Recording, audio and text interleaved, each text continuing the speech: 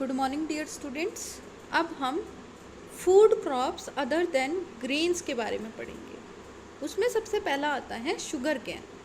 Sugar cane क्या है? एक ट्रॉपिकल और सब ट्रॉपिकल क्रॉप है जो हॉट या ह्यूमिड क्लाइमेट में उग सकती है। टेम्परेचर कितना चाहिए? 21 से 27 डिग्री सेल्सियस तक, और रेनफॉल 75 to 100 सेंटीमीटर चाहिए ही चाहिए।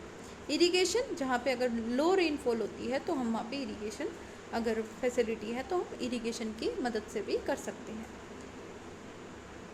अलग अलग सॉइल पे भी ये उगाया जा सकता है, और मैनुअल लेबर की ज़रूरत होती है। मैनुअल लेबर मतलब जो थोड़ी बहुत नॉलेज रखते हैं, और सोइंग से लेके हार्वेस्टिंग तक। इंडिया जो है सेकेंड लार्जेस्ट प्रोड्यूसर है शुगर केन का, ब्राज़ील के बाद। मेन सोर्सेज क्या क्या निकल के आते हैं हमारे शुगर केन से? शुगर, गुड़, जगरी जिसे हम कहते हैं, खंडसरी, मोलेसिस, ये सब। Sugar cane producing area states कौन कौन सी है? सबसे ज़्यादा उत्तर प्रदेश, महाराष्ट्र, कर्नाटका, तमिलनाडु, आंध्र प्रदेश, तेलंगाना, बिहार, पंजाब एंड हरियाणा। नेक्स्ट हम पढ़ते हैं ऑयल सीड्स के। इंडिया 2008 में सेकेंड लार्जेस्ट प्रोड्यूसर था ग्राउंडनट का वर्ल्ड में, चाइना के बाद। रीप सीड्स में अगर बात करें तो इंडिया थर्ड लार्जेस्ट प्रोड्यूसर है, कनाडा और चाइना के बाद। 2008 का डेटा दे रखा है। डिफरेंट ऑयल सीड हमारी कंट्री में उगाए जाते हैं, और हमारी कंट्री का 12% क्रॉप्ड एरिया ऑयल सीड ही कवर करते हैं। मेन ऑयल सीड कौन कौन से हैं? जैसे ग्राउंडनट है, मस्टर्ड है, कोकोनट है, सीसम, तिलम जिसे कहते हैं, soybean, castor seed, cotton seed, line seed, sunflower, ये सब। ये मोस्ट ऑफ द इनमें से क्या है? एडिबल हैं, विच वी कैन ईट, और कुकिंग मीडियम में हम यूज़ करते हैं। कुछ जो है वो रॉ मटेरियल के रूप में भी यूज़ किए जाते हैं, जैसे सोप या कॉस्मेटिक या ऑइंटमेंट में। ग्राउंडनट क्या है? एक खरीफ क्रॉप है। Half of the major oil seed जो हमारी कंट्री में प्रोड्यूस किए जाते हैं वो ग्राउंडनट के ही किया जाते हैं। गुजरात जो है वो लार्जेस्ट प्रोड्यूसर है, फिर उसके बाद आंध्र प्रदेश है, देन तमिलनाडु है। लाइन सीड, मस्टर्ड, वे सब क्या है? रबी क्रॉप है। अभी हमने ग्राउंडनट खरीफ क्रॉप पढ़ा था। सीसमा, ये सब क्या है? हमारे खरीफ क्रॉप है जो नॉर्थ में होता है, और रबी क्रॉप है ये साउथ इंडिया में होता है। कैस्टर सीड, दोनों खरीफ भी और रबी क्रॉप दोनों में हो जाते हैं। नेक्स्ट आता है टी। टी क्या है? प्लांटेशन एग्रीकल्चर है। प्लांटेशन मैंने अभी बताया था, प्लांटेशन का मतलब क्या होता है? Which is grown in a large area, है ना। और ये बेवरेज क्रॉप, बेवरेज मतलब पीने के लिए जो यूज़ किए जाते हैं, और ब्रिटिशर्स हमारी कंट्री में लाए थे ये सब। और आज के टाइम में टी प्लांटेशन इंडिया ओन करते हैं। टी प्लांटेशन जो है वो हम ट्रॉपिकल या सब ट्रॉपिकल क्लाइमेट में कर सकते हैं। डीप और फर्टाइल वेल ड्रेन्ड सॉइल की ज़रूरत होती है। ह्यूमस अच्छा होना चाहिए, ऑर्गेनिक मैटर अच्छे होने चाहिए। टी बुशेस जो है उन्हें वार्म और मॉइस्ट फ्री क्लाइमेट की ज़रूरत होती है पूरे साल में। फ्रीक्वेंट शावर जो होते हैं अगर होते रहते हैं पूरे साल, तो उससे लीव्स जो है वो अच्छे से ग्रो हो पाती है। टी जो है वो लेबर इंटेंसिव इंडस्ट्री है। इसे अबंडेंट और चीप और स्किल्ड लेबर की ज़रूरत पड़ती है, मतलब लेबर बहुत ज़्यादा लगती है। टी जो होती है वो with in the tea garden he process की जाती है, जिससे उसकी फ्रेशनेस बनी रहे। मेजर टी प्रोड्यूसिंग स्टेट्स कौन कौन सी है? Assam, hill of Darjeeling, Jalpaiguri district of West Bengal, Tamil Nadu, Kerala. Apart from these और कौन कौन सी है? हिमाचल प्रदेश, उत्तराखंड, मेघालय, आंध्र प्रदेश, त्रिपुरा एंड और बहुत सारी स्टेट्स हैं। ये सब भी स्टेट्स हैं। इंडिया जो है वो थर्ड लार्जेस्ट है after China and Turkey. Next आते हैं कॉफ़ी। कॉफ़ी क्या है? इंडिया 3.2% जो है वर्ल्ड की कॉफ़ी इंडिया में होती है। इंडिया जो है वो अच्छी क्वालिटी जो है कॉफ़ी की वो उगाता है, उसके लिए जाना भी जाता है। अरेबिका जो वैरायटी है वो यमन से लेके आई गई थी हमारी कंट्री में, और बहुत ज़्यादा डिमांड में है पूरे वर्ल्ड में। इनिशियली जो है वो कॉफ़ी का कल्टीवेशन बाबा बुडान हिल में हुआ था, और आज भी ये नीलगिरी, कर्नाटका, केरला और तमिलनाडु में होता है। नेक्स्ट आता है हॉर्टिकल्चर क्रॉप। हॉर्टिकल्चर क्रॉप कौन सी क्या होती हैं, जैसे वेजिटेबल्स वगैरह, और इंडिया जो है वो सेकेंड लार्जेस्ट प्रोड्यूसर है फ्रूट और वेजिटेबल का आफ्टर चाइना। इंडिया जो है वो प्रोड्यूस करता है ट्रॉपिकल और टेम्परेट फ्रूट्स जैसे मैंगो महाराष्ट्र के, आंध्र प्रदेश, तेलंगाना के, उत्तर प्रदेश, वेस्ट बंगाल, ऑरेंजेस नागपुर, चेरापूंजी मेघालय के, बनाना केरला के, मिज़ोरम महाराष्ट्र और तमिलनाडु के, लीची और गवावा उत्तर प्रदेश बिहार के, पाइनएप्पल्स मेघालय, ग्रेप्स आंध्र प्रदेश, तेलंगाना और महाराष्ट्र के, और एप्पल, पियर, एप्रिकॉट, वॉलनट जम्मू कश्मीर और हिमाचल प्रदेश की बहुत ज़्यादा वर्ल्ड में इनकी बहुत ज़्यादा डिमांड है। इंडिया जो है वो 13% ऑफ वर्ल्ड वेजिटेबल प्रोड्यूस करता है, ठीक है। P, cauliflower, onion, cabbage, tomato, brinjal, potato, ये सब इंडिया मेजरली प्रोड्यूस करता है। अब हम कुछ नॉन फूड क्रॉप पे भी आते हैं। Non food crop equatorial crop होती है, लेकिन सर्टेन कंडीशन ट्रॉपिकल और सब ट्रॉपिकल एरिया में भी हो जाती है। मॉइस्ट और ह्यूमिड क्लाइमेट की ज़रूरत होती है, जहाँ पे रेनफॉल मोर देन 200 सेंटीमीटर होता है, टेम्परेचर 25 डिग्री सेल्सियस होता है। रबर क्या है, एक इम्पॉर्टेंट रॉ मटेरियल है, इंडस्ट्री का रॉ मटेरियल है। ये ज़्यादातर केरला, तमिलनाडु, कर्नाटका, अंडमान एंड निकोबार आइलैंड में और गारो हिल ऑफ मेघालय में उगाया जाता है। इंडिया जो है वो 4th रैंक में है नेचुरल रबर प्रोड्यूसर में। नेक्स्ट आते हैं हम कुछ फाइबर क्रॉप्स के बारे में पढ़ेंगे, जैसे cotton, jute, hemp, natural silk. ये क्या है, 4 मेजर क्रॉप है, फाइबर क्रॉप है हमारी कंट्री की। फर्स्ट 3 जो है ये सॉइल पे होती है, और सिल्क जो है हमारी कोकून सिल्क वॉर्म से की जाती है, ठीक है। और जो कि ग्रीन लीव्स, स्पेशली मलबरी की ग्रीन लीव्स पे होती है। और रेयरिंग ऑफ सिल्क वॉर्म को हम जब हम सिल्क फाइबर में प्रोडक्शन करते हैं उसे हम सीरीकल्चर कहते हैं। तो अब हम फाइबर क्रॉप्स के बारे में पढ़ेंगे। पहली है कॉटन। कॉटन क्या है, इंडिया माना जाता है कि इंडिया से ही कॉटन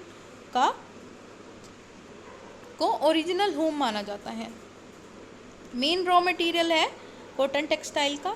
2008 में सेकेंड लार्जेस्ट प्रोड्यूसर है था after China. Cotton dryer part में होता है, ड्रायर पार्ट जो ब्लैक कॉटन सॉइल, डेक्कन प्लेटू का जो एरिया है वहाँ पे हाई टेम्परेचर, लाइट रेनफॉल और इरिगेशन की ज़रूरत होती है। 210 फ्रोस्ट फ्री डेज, मतलब तूफान वगैरह ना आए, और ब्राइट सनशाइन की ज़रूरत होती है। खरीफ क्रॉप होती है और 6 से 8 महीने लगते हैं मैच्योर होने में। मेजर कॉटन प्रोड्यूसिंग स्टेट कौन सी है, जैसे महाराष्ट्र, गुजरात, मध्य प्रदेश, कर्नाटका, आंध्र प्रदेश, तेलंगाना, तमिलनाडु, पंजाब, हरियाणा, उत्तर प्रदेश, ये सब है, ठीक है। नेक्स्ट हमारा आता है जूट। जूट क्या है, गोल्डन फाइबर के नाम से भी जाना जाता है।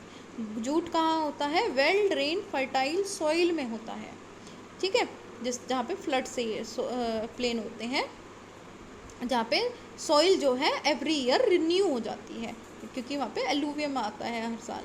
हाई टेम्परेचर की ज़रूरत होती है जब ये ग्रो हो रहा हो। वेस्ट बंगाल, बिहार, असम, उड़ीसा, मेघालय, ये सब मेजर जूट प्रोड्यूसिंग एरिया है, ठीक है। और ये gunny bag, mat, रॉप, yarn, carpet और अलग अलग आर्टिफैक्ट्स बनाने में काम आता है।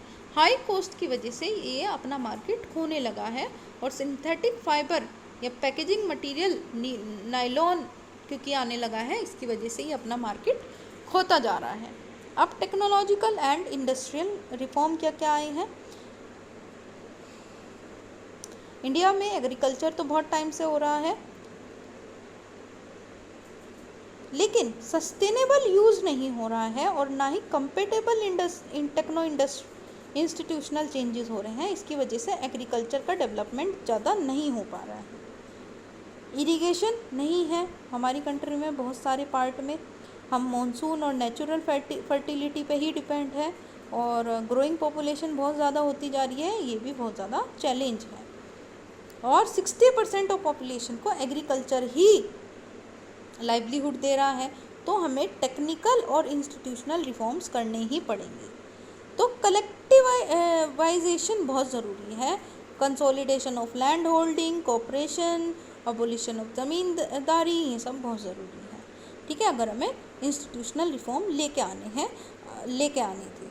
आफ्टर इंडिपेंडेंस हमने ये सब कुछ लेके भी आए हैं। Land reforms first 5 year plan में हम लेके आए थे। इसमें हम राइट ऑफ इनहेरिटेंस, और जो राइट ऑफ इनहेरिटेंस है उसकी वजह से भी लैंड होल्डिंग्स जो है वो फ्रेगमेंट हो गई है, मतलब बढ़ती जा रही है। तो और लॉज जो है जैसे बनाए गए थे, लैंड रिफॉर्म्स लेके आए गए थे, उसमें भी क्या करा था, अपनी जो फ्रेंड्स वगैरह हैं उनके नाम करा दी थी। उसमें भी बहुत सारे लैकिंग्स थी, ल्यूक वॉर्म थे। गवर्नमेंट ऑफ इंडिया को बहुत सारे रिफॉर्म लेके आई है 1960-70। उनमें से एक है जिसे हम ग्रीन रेवोल्यूशन के नाम से जाना जाते हैं। इसमें पैकेज टेक्नोलॉजी और वाइट रिवोल्यूशन पे फोकस किया गया था, जिससे हम अपनी एग्रीकल्चर इंडस्ट्री को बढ़ावा दे सकते हैं। लेकिन इन्होंने भी सिर्फ कुछ ही सर्टेन क्रॉप्स पे ही फोकस किया। 1980s 1990s में लैंड डेवलपमेंट प्रोग्राम लेके आ गए, जिसमें इंस्टीट्यूशनल और टेक्नोलॉजिकल रिफॉर्म्स दोनों ही लाए गए। क्रॉप इंश्योरेंस, जैसे अगर कोई ड्राउट हो जाता है, फ्लड आ जाता है, साइक्लोन, फायर, कुछ भी अगर डिसीज़ या फिर ऐसा कुछ हो जाता है तो इंश्योरेंस गवर्नमेंट प्रोवाइड करती है। उसके साथ साथ कुछ ग्रामीण बैंक्स, कोऑपरेटिव सोसाइटी, लोन वगैरह प्रोवाइड करने के लिए बैंक जो कम इंटरेस्ट रेट पे, ये सब गवर्नमेंट ने लेके आए। उसके साथ साथ किसान credit card, personal accident insurance scheme, ये सब कुछ स्कीम भी गवर्नमेंट लेके आई, जिससे फार्मर्स को बेनिफिट हो। स्पेशल वेदर बुलेटिन और एग्रीकल्चर प्रोग्राम फार्मर्स को इंट्रोड्यूस किए गए टेलीविज़न या फिर रेडियो पे। और मिनिमम सपोर्ट प्राइस भी गवर्नमेंट लेके आई। रेम्यूनरेशन रेटिव और प्रोक्योरमेंट प्राइसेस भी चेक किए जाते हैं, जिससे एक्सप्लॉयटेशन ना हो, और जैसे मिडलमैन या स्पेकुलेटर्स होते हैं वो सब।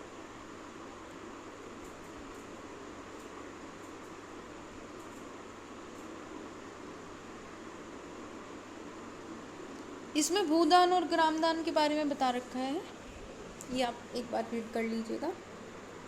नेक्स्ट हम देखते हैं कि एग्रीकल्चर का क्या कंट्रीब्यूशन है नेशनल इकोनॉमी, एम्प्लॉयमेंट और आउटपुट में।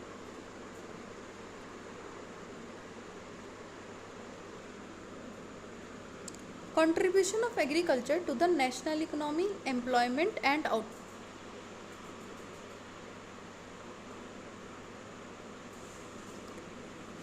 एग्रीकल्चर जो है वो हमारी इंडियन इकोनॉमी का बैकबोन है, क्योंकि ये ग्रॉस डोमेस्टिक प्रोडक्ट में बहुत ज़्यादा शेयर करता है। लेकिन धीरे धीरे इसमें डिक्लाइन आ रहा है 1951 के ऑनवर्ड।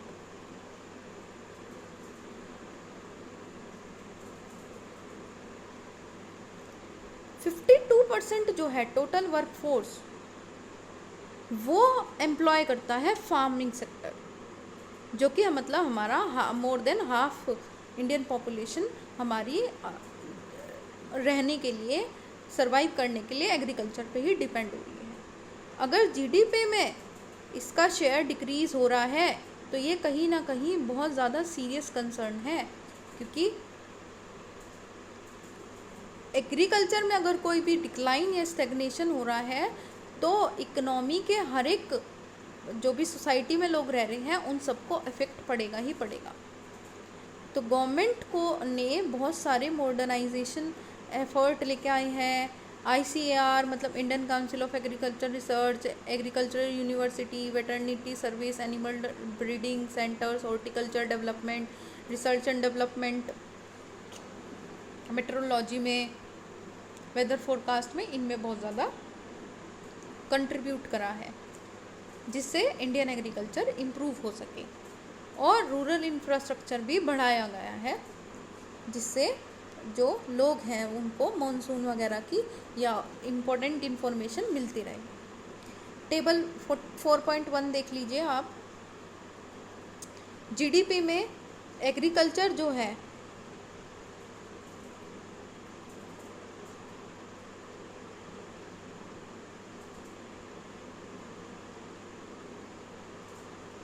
वो कितना बड़ा है, 1.7 था, फिर 3.2 है, 4.0 है और 4.2 है। इंडस्ट्रीज़ में 8.3%, 7.4, 9.6 और 10.9। सर्विसेज में 9, 10, 10 और 10। ठीक है, तो इससे हमें पता चल रहा है कि GDP का ग्रोथ रेट बढ़ रहा है, लेकिन अभी भी ये सफिशिएंट एम्प्लॉयमेंट अपॉर्चुनिटी नहीं प्रोवाइड कर रहा है।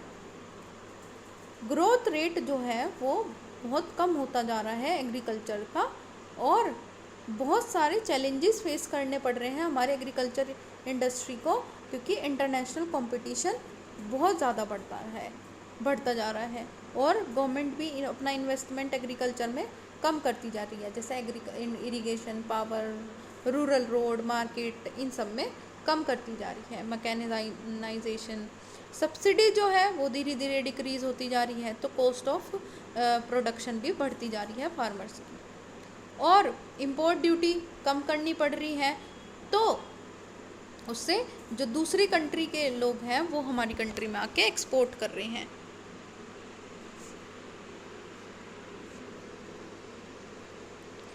फार्मर्स को